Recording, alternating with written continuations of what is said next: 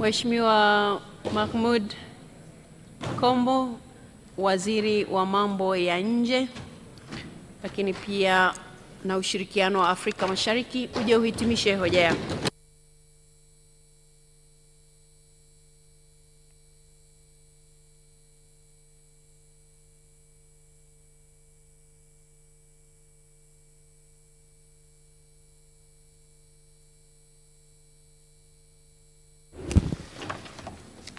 Mheshimiwa Spika, kwanza napenda kukushukuru tena kwa mara nyingine kwa kunipa nafasi hii ili niweze kutoa ufafanuzi wa kufanya majumuisho ya mjadala ambao umekuwa ukiendelea pamoja na michango ya wajumbe mbalimbali. Mheshimiwa Spika, nichukue fursa hii kukushukuru na kukupongeza tena kwa kuongoza na kusimamia mjadala wetu, wewe pamoja na naibu spika ambaye tulianza naye asubuhi kwa umakini mkubwa na umahiri.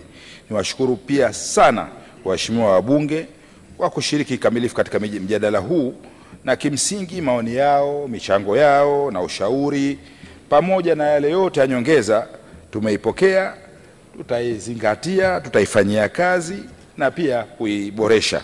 Niwaombe jambo moja tu waheshimiwa wabunge, hasa wale waliochangia nitawataja sasa hivi. Fursa nyingine ni za kwetu pamoja. Mimi leo ningekuwa katika nafasi yenu, mabalozi wote wako hawa, basi ningewatumia kwa ajili ya miradi mbalimbali majimboni. Tuna nchi zaidi ya 52 leo ziko pale juu, na hii ni fursa, wametoka kwenye maofisi yao kuja hapa, kwa sababu kule ukienda kwenye maofisi yao kuna mageti, kuna walinzi, unasachiwa na kadhalika. Leo wamo katika uwanja wa nyumbani. Kwa hiyo naamini sana waheshimiwa, hasa wale wenye majimbo na wale wenye miradi maalum, watatumia fursa hii ya kuwa na mabalozi hapa, lakini sisi kwa upande wa wizara yetu pia tutajitolea katika hilo kuwasaidia na kuwaunganisha nao moja kwa moja.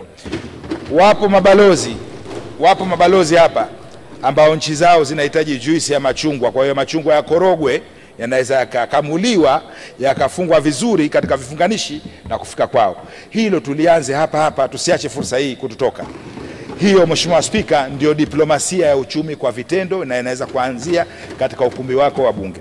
Mheshimiwa Spika, kipekee kabisa naomba kuishukuru tena kamati ya kudumu ya Bunge ya mambo ya nje, ulinzi na usalama chini ya uongozi wa mahiri kabisa wa mwenyekiti wetu Vita Rashid Kawawa pamoja na wajumbe wake wote wa kamati kwa kuipatia wizara yetu ushirikiano mkubwa na kwa michango yao mizuri mahiri sana yenye kujenga, kama walivyosema leo, yenye kujenga. Yote wametoa kwa kujenga na tumeipokea, na ninawaahidi taifanyia kazi kwa kadri ya uwezo Mwenyezi Mungu atakujalia, mimi pamoja na wenzangu wote tukua nao. Mheshimiwa Spika, kwa kuwa muda wako ni mdogo ulionipa na sitoweza kuwatambua wote, lakini naomba niwatambue kwa uchache kabisa na michango yao na kujaribu kwenda moja kwa moja kwenye michango. Moja, nimelieleza hilo la diplomasia ya uchumi kwa vitendo, lakini nimshukuru sana aliyechangia kwa niaba ya mwenyekiti wa kamati Mheshimiwa Liberata Mulamula. Kwanza pia nimchukue fursa hii ya kumpongeza kwa nafasi kubwa aliyopata hivi karibuni ya kuwa mjumbe maalum wa Umoja wa Afrika kwenye masuala ya wanawake, amani na usalama. Hongera sana Mheshimiwa Balozi Liberata Mulamula. Mheshimiwa Balozi Liberata Mulamula anaungana katika orodha ambayo wewe Mheshimiwa Spika umo kama ile IPU wa Tanzania wanaoleta sifa kubwa kwa taifa letu kimataifa. Na Mheshimiwa Spika, haya yote yamefanyika wakati wa Dr. Samia Suluhu Hassan, mwanadiplomasia nambari 1. Naomba niwataje wachache kwa sababu tunataka kutumia ukumbi huu pia kuwafikishia wabunge ambao wana majukumu na wajibu wa kufikisha kwa wananchi. Kwa sababu leo yamezungumzwa mengi sana, lakini nataka baadaye kueleza kwamba tunashirikiana pamoja. Mwananchi wa kawaida akiwa hajui diplomasia ya uchumi, na mbunge naye anahusika kama ninavyohusika mimi na wizara yetu ya mambo ya nje. Kwa sababu nyewe mnapokea kwa wananchi, mnaleta hapa waheshimiwa bunge, lakini mna wajibu wa kutoa hapa kurejesha kwa wananchi. Kwa hiyo leo kupitia kwako Mheshimiwa Spika, naomba niwatambue Watanzania hawa kwenye nafasi za kimataifa hawawi hivi bila ya kupewa ridhaa na nchi yao. Hawa Watanzania hawapewi nafasi hizi bila ya rais mwenye kuridhia na kusaini. Hiyo nakwambieni wazi. Mtanzania alikuwa kwa nafasi, hata akifanyiwa interview inaulizwa nchi, kuna Mtanzania huyu amefanya kwa zile nafasi za interview, sio hizi za kina Profesa Janabi za kura, hata zile za interview lazima nchi yake inaulizwa. Wanaita country ama state endorsement. kama Mheshimiwa Spika walivyokuwa endorse wewe kwenda IPU na Jamhuri ya Muungano wa Tanzania. Wa kwanza kabisa Mheshimiwa ni Tulia Ackson, rais wa Umoja wa Mabunge Duniani. Wa pili Profesa Mohamed Yakub Janabi, mkurugenzi mteule hivi sasa wa Shirika la Afya Duniani kanda ya Afrika. Wa tatu ni Dr. Deo Mwapinga, katibu mkuu jukwaa la mabunge ICGLR.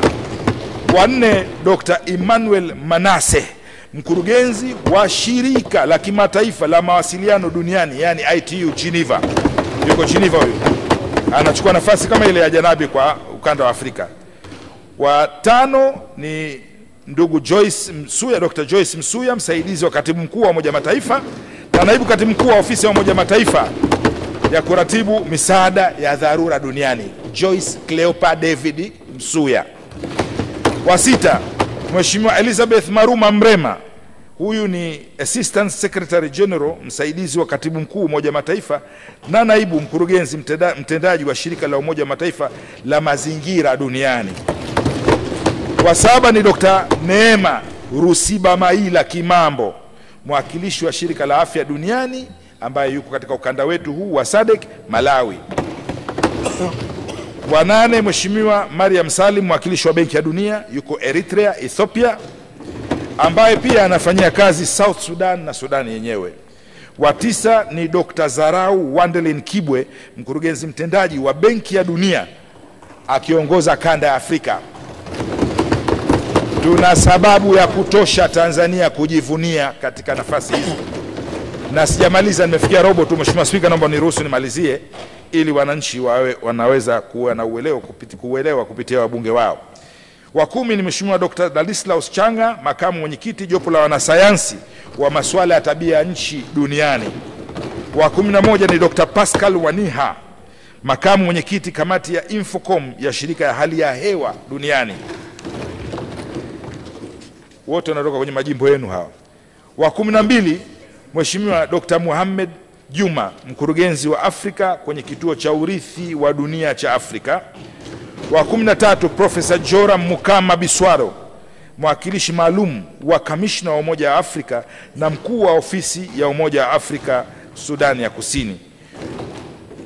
Wa 13 ni Dr. Richard Muyungi, mwenyekiti wa kundi la wataalamu wa Afrika katika majadiliano ya mabadiliko ya tabia nchi chini ya mkataba wa Umoja wa Mataifa COHOSK kuhusu mabadiliko ya tabia nchi. Wa 14 Bisara Mbago Bunu, mkurugenzi wa division ya Mashariki ya Kusini mwa Afrika kwenye IFAD. Hao ndio wanashughulikia kilimo, mboga, mifugo, uvuvi na kadhalika.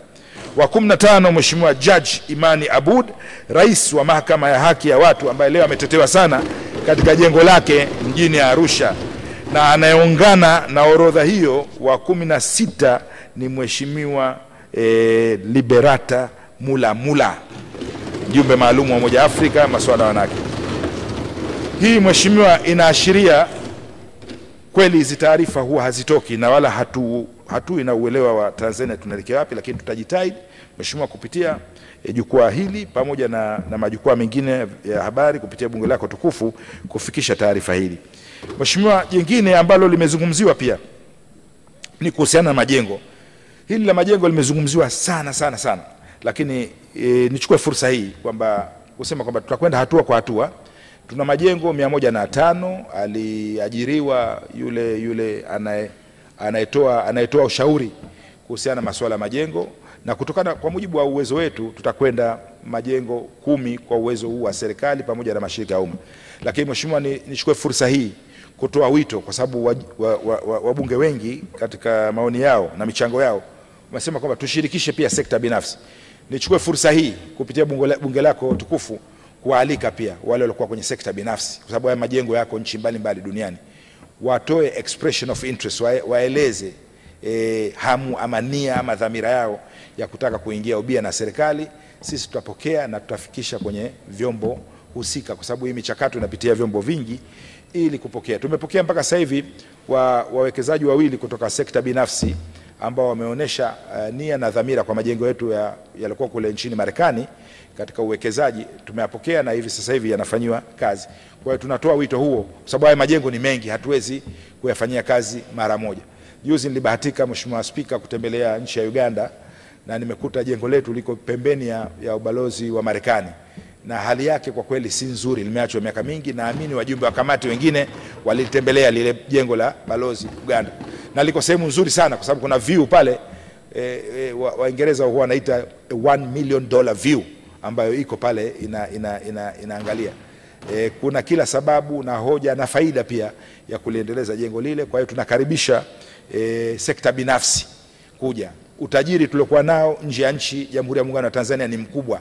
Sidhani kama kuna nchi nyingi duniani zenye majengo mali yao 105 nje ya nchi zao, si nchi nyingi duniani. Naamini tumo katika 10 bora. Kwa hiyo tunakaribisha sekta binafsi kuja kuungana nasi, na tutafanya kazi kwa karibu sana na kamati yako Mheshimiwa Vita Kawawa pamoja na wajumbe, kwa sababu mmetoa maoni mengi katika eneo hilo. Mheshimiwa Spika, ripoti ya kamati tunashukuru sana, imekuwa ikijenga kwenye maeneo mengi sana. Wamezungumzia kuhusu bajeti ya maendeleo, wamezungumzia sehemu kubwa 70% tunatumia ubalozi ni kwetu, lakini tija wakati mwingine na mrejesho unakuwa mdogo. Namshukuru sana Mheshimiwa Naibu Waziri kwa mchango wake, ametoa ufafanuzi, lakini naomba na mimi niweke msisitizo kwamba mara hii tunakwenda na zile KPI halisi kwa mabalozi wetu wote. Kwa hiyo watakuwa wanaulizwa kutokana na matokeo halisi. Tutajihusisha zaidi na AFCON, sio letu moja kwa moja, wengi hawalijui, lakini tutajihusisha zaidi.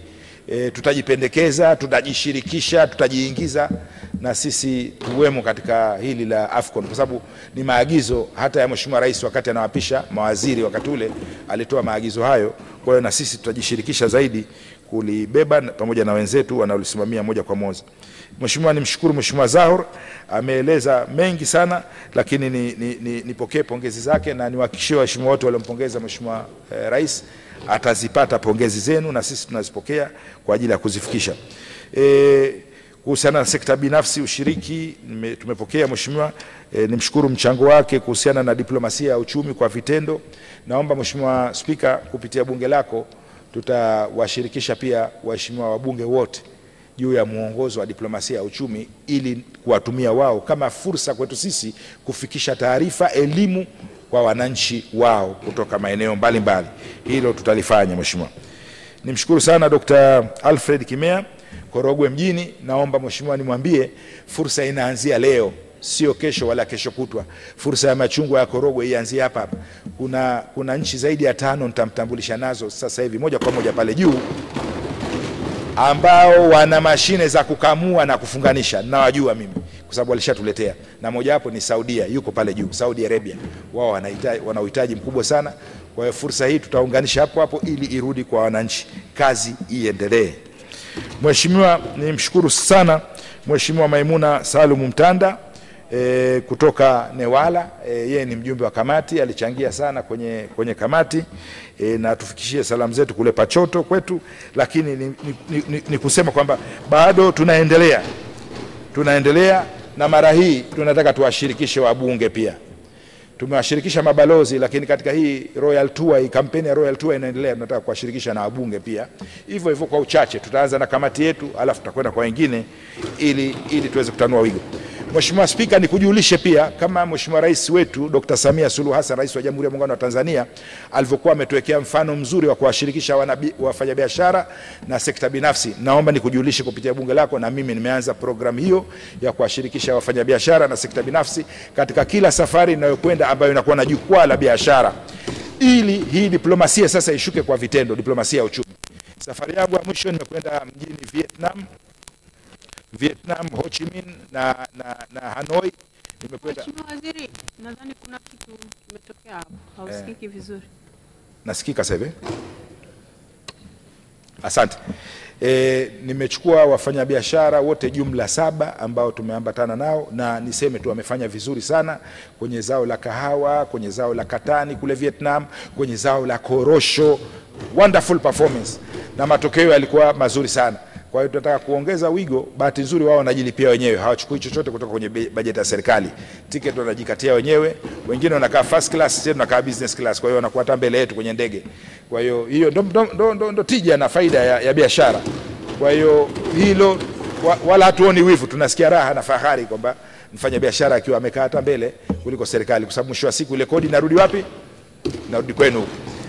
Kwa hiyo hilo tumeshajiisha, tunazidi kuwashajiisha, na kupitia kwenu tunataka kuwashajiisha wafanya biashara zaidi ili kwenda nao. Niwashukuru sana wale wote waliokuja leo kutunga mkono, pamoja na ndugu yangu Dr. Abdul Majid Nsekela CRDB. Wao wamekuwa pia katika mstari wa mbele pamoja na wenzao wengine NMB na benki nyingine zote wamekuwa mstari wa mbele sana. Asante sana ndugu yetu Abdul Majid Nsekela katika kutuunga mkono panapokuwa na fursa, lakini sio ile tu, wamefungua branch kwenye nchi zote tunazopakana nazo ili Watanzania waweze kufanya biashara zao kwa urahisi zaidi na fedha zao ziweze kwenda zaidi. Mheshimiwa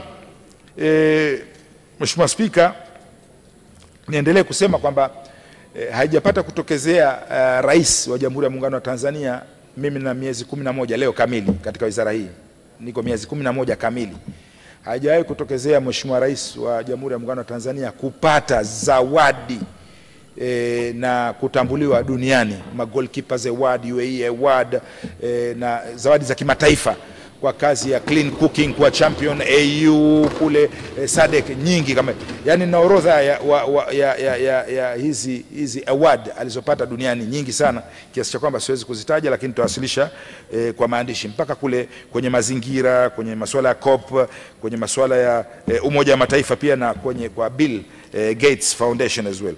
Kwa hiyo hayo yote mheshimiwa yametokea katika kipindi hichi kifupi ambacho Mheshimiwa Rais wetu ameonesha njia kubwa sana ya mafanikio ya nchi.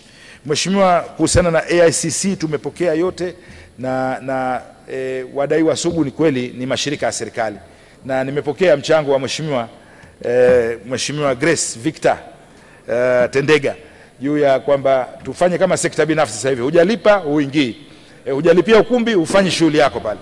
Kwa hiyo na sisi tutajitahidi kulifanya hilo. Nimshukuru sana Mheshimiwa Festo Sanga, jimbo la Makete, kuhusiana na mikoa ya jirani, mikoa ile karibu na mipakani, tutaifanyia kazi yote na kuimarisha mawasiliano. Nimshukuru sana Mheshimiwa Ali Raza, jimbo la Shauri Moyo kwetu huko kwa Mtiptip, juu ya ushawishi mkubwa wa kimataifa, kuimarisha umoja na mshikamano kati yetu. Mimi niseme tu siri kubwa ya mafanikio hata bungeni, hata nyumbani kwako binafsi, ni mshikamano, mashirikiano, upendo lazima. Mambo matatu hayo, na sisi ndio msingi wetu wizarani. Inaondoa fitna, inaondoa hasada, inaondoa chuki, inaondoa migongano. Mtu yote anakuletea fitna, unaambia tukae tulijadili pamoja. Kwa hiyo fitna zile ndogo ndogo nyingi zinaondoka. Hiyo ndio siri yetu ya mafanikio. Kwa hiyo tunapiga vita sana fitna. Na nimshukuru sana Mheshimiwa Naibu Waziri, ameeleza Mwenyezi Mungu ndio mpangaji. Mwenyezi Mungu ndio mpangaji. Mpangaji wa maisha yetu, mpangaji wa hizi pumzi zetu, mpangaji kwa nafasi zetu. Wengine sisi hatukulalia wala hatukuamkia. Lakini leo Mwenyezi Mungu ametujalia, mimi niko mbele yenu kwa mara ya kwanza kabisa nasoma. Yeye kwa mara ya kwanza miaka 9.5, mimi kwa mara ya kwanza katika miezi 11. Kwa hiyo yote hayo anayopanga ni Mwenyezi Mungu, na naamini Mwenyezi Mungu atatupangia mazuri zaidi kwa muda huu tunakwenda nao, kwa muda ujao, kuanzia rais wetu mnamo mwezi wa Oktoba, pamoja na nyinyi nyote waheshimiwa wabunge, na kwako Spika, nimeona juzi unatangaza jimbo limebadilishwa jina, jimbo jipya na kadhalika. Kwa hiyo na kwako pia nimeona na nimefuatilia kwa makini sana kwenye runinga. Kwa hiyo nikuchukue fursa hii pia kukupongeza. Kwenye swala la conference tourism na MICE tourism, hapa katika maono, miongoni mwa maono makubwa ya Mheshimiwa Dr. Samia Suluhu Hassan, Rais wa Jamhuri ya Muungano wa Tanzania, huwa anatuambia sisi mawaziri wake, la kwanza kabisa kuliamini jambo, you have to believe in it kuwa successful. La kwanza kabisa, jambo lolote lazima wewe mwenyewe uliamini kwa asilimia zote. Usipoliamini haliwi, na hata Mwenyezi Mungu haweki mkono wake usipoliamini. Lakini ukiliamini, na Mwenyezi Mungu naye anakuwekea mkono wake. Yeye ameamini swala la kupunguza vifo vya watoto duniani, amepata goalkeepers award. Leo Tanzania inasifika duniani kwa kupunguza vifo vya watoto. Ameamini kuokoa afya za mama na mtoto katika kifua, kuvuta pumzi kwa moshi wa kuni. Amefanikiwa, leo amepata double champion. Amekuwa champion wa afya za kina mama na watoto, lakini amekuwa champion wa mazingira. Limegeuka lile la afya, limekuwa la mazingira duniani, kwa sababu she believed in it. Alikuwa ameamini. Ameamini katika kazi zetu sisi tunazozifanya, tumefanikiwa. Baada ya Dr. Ndugulile kufariki dunia, mwenzetu hapa, Mheshimiwa Rais aliingia unyonge sana. Tukawa tunasema sasa hii nafasi ndio imetupotea Tanzania. Lakini akaamini, akasema yuko Mtanzania mwingine atasimama. Profesa akatutia, maana na sisi pia tulikuwa tumeumia, tumevunjika moyo, akatutia sisi nguvu za kiajabu. Yuko yule mama Neema Lubangira, mheshimiwa mbunge, tumekwenda naye. Mheshimiwa Eli Kingu, yuko wapi Eli Kingu? Tumekwenda nao hawa, wametutia nguvu kule. Tumefika Geneva, tumepiga kampeni zinashindana na sasa CCM kampeni hizo. Tumekuja na ushindi, na naamini ushindi wa CCM nao utakuja. Tumekuja na ushindi wa Profesa Janabe kuwa mshindi. Kwa hiyo Mheshimiwa Speaker, kila jambo ni kuliamini, na nashukuru sana Mheshimiwa kiongozi wetu mkuu, kwa sababu yeye ni mwanadiplomasia namba 1. Ukiangalia katika mfumo wa wizara hii wizara ni ya rais, kwa sababu yeye ni namba 1, wengine wote wanafuata huko. Kwa hiyo maono yake ndio alileta mafanikio yote haya, na sisi maono yake ndio anatupa nguvu. Mkatupa sifa zote leo, ni maono yake anatupa nguvu na imani yake ambayo sisi tumekuwa tukifanyia kwa kazi kubwa sana. Mheshimiwa, kwa kumalizia, ni washukuru wachangiaji wote pamoja na wale ambao sijawataja. Ni washukuru kwa michango yao. Na sasa Mheshimiwa, kwa sababu kengele zimeshapigwa kadhaa naona hapa, na utaratibu huu ni mara ya mwanzo, wengine wageni, hatutaki kuvunja utaratibu huu, tusije tukaonekana watu ajabu. Naomba kutumia ile lugha ambayo inatumika hapa, naomba kutoa hoja Mheshimiwa. Asante. Na kuunga mkono hoja. Mheshimiwa Kombo, wewe unatoa hoja tu, wanaunga mkono ni hao waliosimama. Asante Mheshimiwa, kwa sababu nilijua na mimi mbunge, kwa hiyo naunga mkono. Kwa hiyo baada ya maelezo hayo, sasa naomba kuunga mkono hoja, kutoa hoja.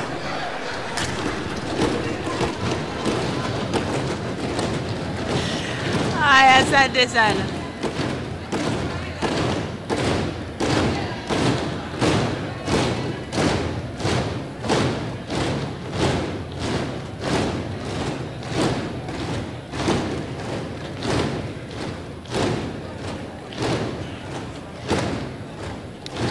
Asante sana.